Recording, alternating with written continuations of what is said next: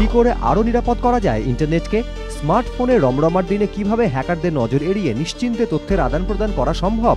রবিবার শেষ দিনে এসবই ছিল ইনফোকম 2014 আলোচনার মূল বিষয়বস্তু। এদিনের আলোচনা সভায় অংশ নেন দেশ বিদেশের এথিক্যাল হ্যাকাররা।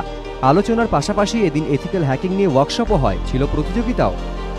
যদি কেউ বদমাইশি করতে চায়, ইচ্ছে করলে they can hack into a computer and they can play havoc, যা ইচ্ছে করতে পারে, এনিথিং ইজ পসিবল। সেটার অ্যাওয়ারনেস গড়ে তোলা, বলছি ethical hacking, not actually hacking, ethical hacking. So unless you know হ্যাকিংটা কী, তো তাহলে প্রিভেনশনও করা যাবে না। সেই জন্য এরা শিখছে। এই ইস্টার্ন ইন্ডিয়াতে অ্যাওয়ারনেস খুব কম ছিল, এবার দেখছি খুব ভালো পার্টিসিপেশন আছে। বৃহস্পতিবার শুরু হয় ইনফোকম 2014, রবিবার সমাপ্তি। এবারের থিম ছিল শিল্পোদ্যোগ। পরের বছরের থিম ঠিক হবে এক সপ্তাহের মধ্যে। সমিত সেনগুপ্ত, এবিপি আনন্দ, কলকাতা।